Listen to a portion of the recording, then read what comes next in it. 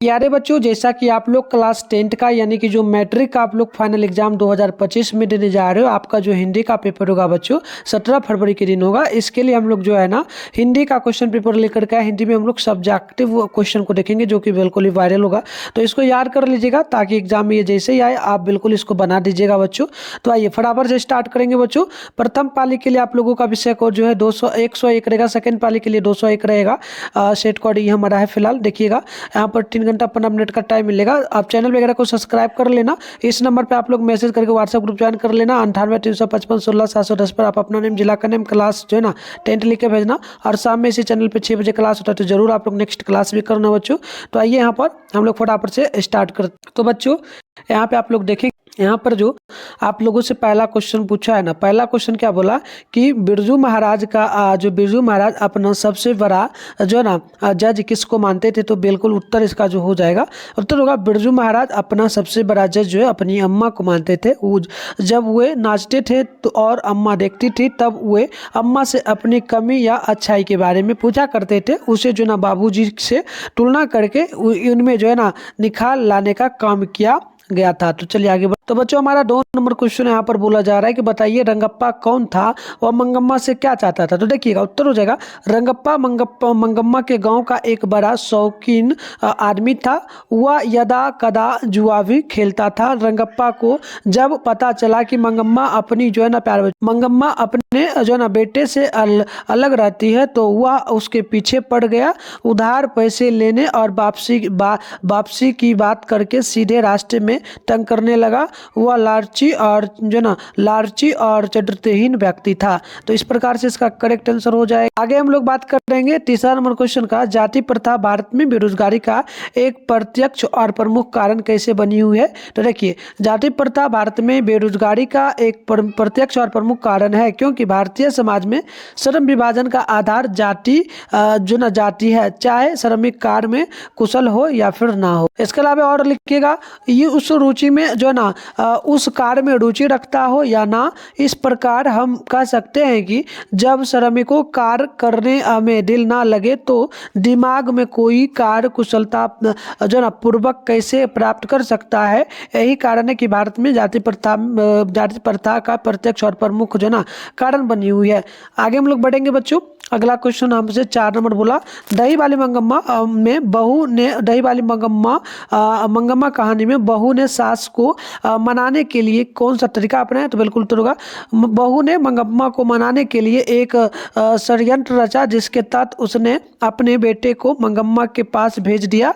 बेटा दादी के पास जिद करके रहने लगा। फिर एक दिन मंगम्मा की बहू और बेटे आए और जो है ना कहा कि उस दिन हमसे गलती हो गई। यह कहकर माफी मांगकर मना लिया गया।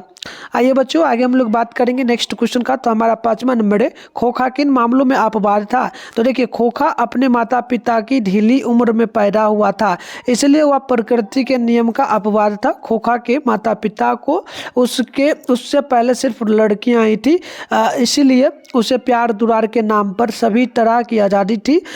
उसके विध्वंसक कार्यों में भी उसके पिता उसे इंजीनियर बनने की संभावना देखते थे, जबकि बेटियां वे सिर्फ यह सिखाते थे कि उसे क्या नहीं करना है। इस तरह खोखा हर एक मामलों में अपवाद रहा था। तो बच्चों मैं आपको बता दूं वायरल पेपर वगैरह होगा तो उसका आंसर आप लोग गूगल से भी डाउनलोड कर पाएंगे। मैं आपको लास्ट में बताऊंगा ये कैसे करना है, तो आप लोग वीडियो में जरूर बने रहिए। और पेपर हर एक साल लीक होता है, तो बिल्कुल आप उसका हम लोग बात कर लेते हैं। 6ठा नंबर क्वेश्चन का हम लोगों से क्वेश्चन बोला कि मंगम्मा का बहू के साथ किस बात को लेकर के विवाद था।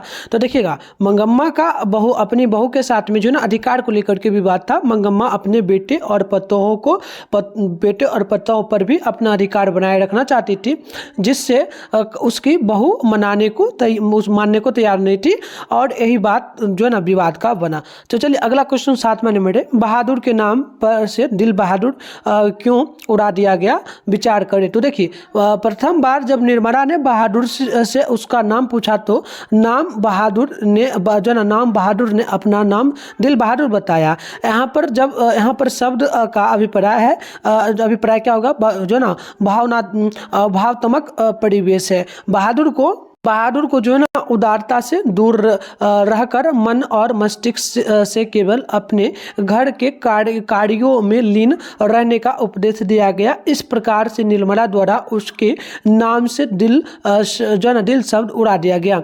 8वां नंबर क्वेश्चन हमारा हो जाएगा कि लेखक की दृष्टि से में सच्चे भारत के दर्शन कहाँ हो सकते हैं और क्यों। तो देखिएगा, लेखक की दृष्टि में सच्चे भारत के दर्शन भारतीय ग्रामीण जीवन में हो सकते हैं। भारतीय ग्राम्य संस्कृति में सच्चा भारत निहित है, क्योंकि सच्चाई, प्रेम, करुणा, सहयोग की भावना ग्रामीणों में कूट कूट कर भरा होता है।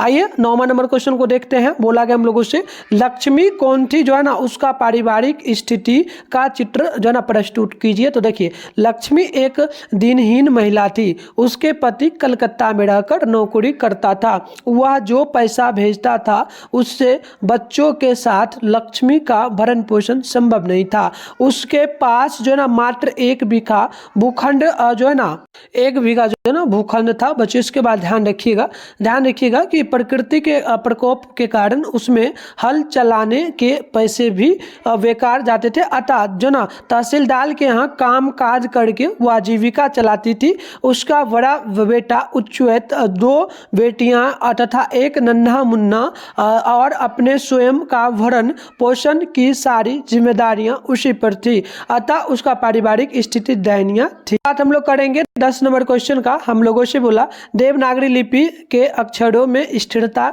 कैसे आई। तो देखिए, कबीर 2 सदी पहले पहली बार देवनागरी लिपि के टाइप बने और उसमें पुस्तकें छपने लगी। इस प्रकार ही देवनागरी लिपि के अक्षरों में स्थिरता आई। बात करेंगे 11 नंबर का। तो बहादुर अपने घर से क्यों भाग गया। तो देखिए, एक बार बहादुर ने अपनी माँ की प्यारी भैंस को बहुत मारा। फिर उसकी माँ ने भैंस की मार का काल्पनिक अनुमान करके एक डंडे से उसकी दुगनी पिटाई की। लड़के का मन माँ से फट गया और वह चुपके से रुपया लिया और घर से भाग गया। तो आइए हम लोग बात करेंगे 12 नंबर क्वेश्चन का। हम लोगों से यहाँ पर पूछा गया कि गुर्जर प्रतिहार कौन थे। देखिए, विद्वानों का विचार है कि गुर्जर प्रतिहार बाहर से भारत आए थे। ईसा की 8वीं सदी के पूर्वार्ध में अंतवी प्रदेश में उन्होंने अपना शासन स्थापित किया और बाद में कन्नौज पर भी अधिकार कर लिया। जो ना मिहिर भोज, महेंद्रपाल आदि प्रख्यात प्रतिहार शासक हुए। आगे आइए बात कर लेते हैं। नेक्स्ट क्वेश्चन 13 नंबर का हम लोगों से पूछा गया कि बहादुर के चले जाने पर सबको पछतावा क्यों। तो बहादुर के घर के सभी कार्य को कुशलता पूर्वक करता था। ठीक है, घर के सभी सदस्य को आराम मिलता था। किसी भी कार्य हेतु हर सदस्य बहादुर को पुकारते रहते थे। वह घर के कार्य से भी मुक्त रहता था। साथ रहते सबसे हिल मिल गया था। फांट फटकार के बावजूद काम करते रहता था।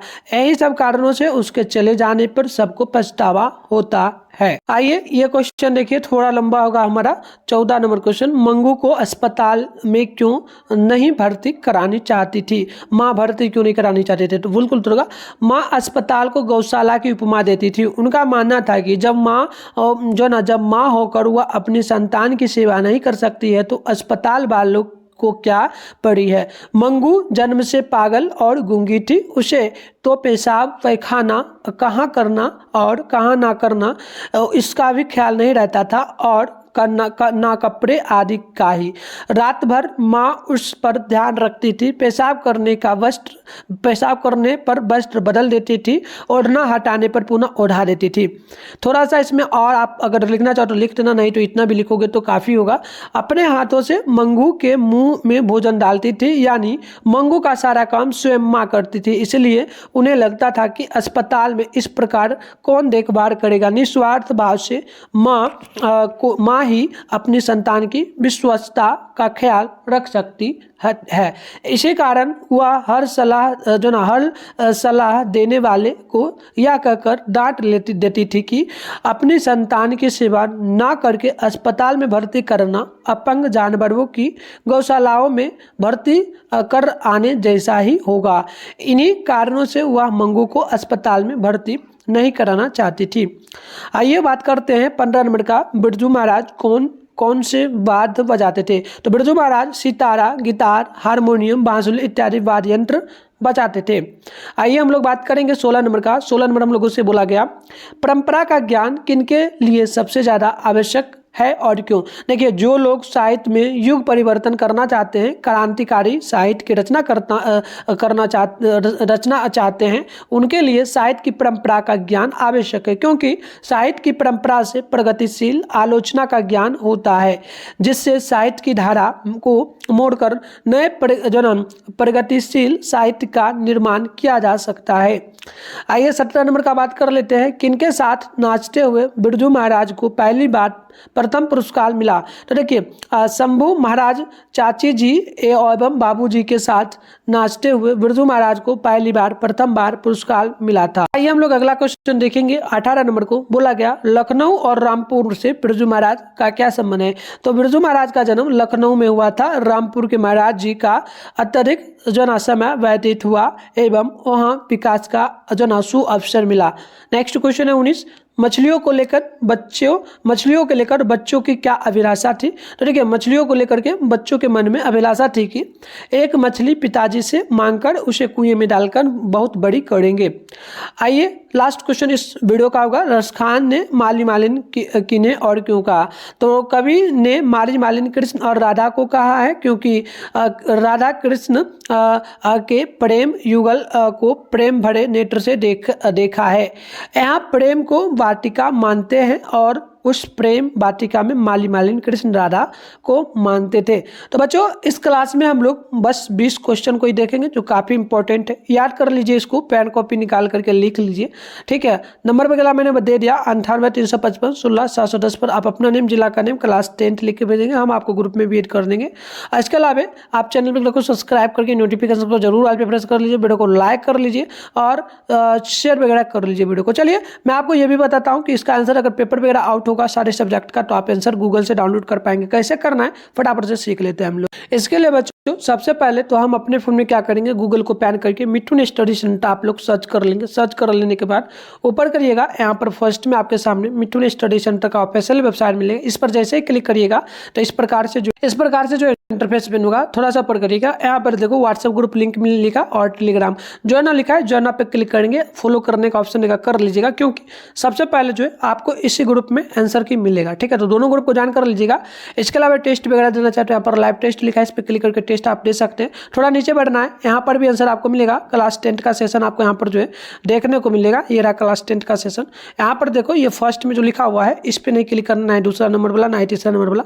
चौथा नंबर की यहाँ पर बात करेंगे तो इसमें लिखा गया है class 10th board exam original viral question paper 2025। इस पर आप क्लिक करेंगे, इस प्रकार से जो इंटरफेस पेन होगा, आराम से स्क्रॉल डाउन करिएगा, सारे सब्जेक्ट का आपको यहाँ पर आंसर की बिल्कुल देखने को मिल जाएगा। नीचे बढ़ना है, नीचे बढ़िएगा तो यहाँ पर देखिए आपके सामने जो प्यारे बच्चों नीचे बैठना है, तो यहाँ पर ऑल सब्जेक्ट का मिल जाएगा। हिंदी है, संस्कृत है, साइंस, सोशल साइंस। इसके अलावा बात करेंगे तो मैथ का, इंग्लिश का, उर्दू का, नॉन हिंदी का। अब डाउनलोड कैसे करना है?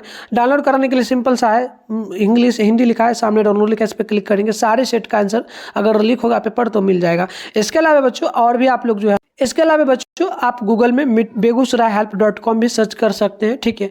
आपको इस प्रकार से बेगूसराय help.com सर्च कर लेना है। ऊपर करिएगा, फर्स्ट में आपके सामने जो है ना इस प्रकार से बेगूसराय help.com लिखा हुआ मिलेगा, इसी पर आपको क्लिक करना है। क्लिक कर लेने के बाद आपके सामने जो है इस प्रकार से इंटरफेस ओपन होगा। यहाँ पर भी व्हाट्सएप ग्रुप, टेलीग्राम ग्रुप का लिंक मिलेगा, क्लिक करके ज्वाइन कर लेना। नीचे बढ़ना बच्चों, इस प्रकार से नीचे आओगे, क्लास 10th का सेशन यहाँ पर देखने को प्रॉपर आपको मिलेगा। तो यहाँ पर अपडेट कर दिया जाएगा, मैं अपडेट कर दूंगा, यहाँ से आके अच्छे से डाउनलोड कर पाएंगे। मिलते हैं बच्चों नेक्स्ट क्लास में। आज का यह वीडियो कैसा लगा कमेंट बॉक्स में हमें जरूर बताइए, और आप लोग ये जरूर बताइए कि बिहार के किस जिले से आप लोग जो है वीडियो को देख रहे हो और आपका नाम क्या है, ठीक है। तो चलो तब तक के लिए बाय बाय बच्चों।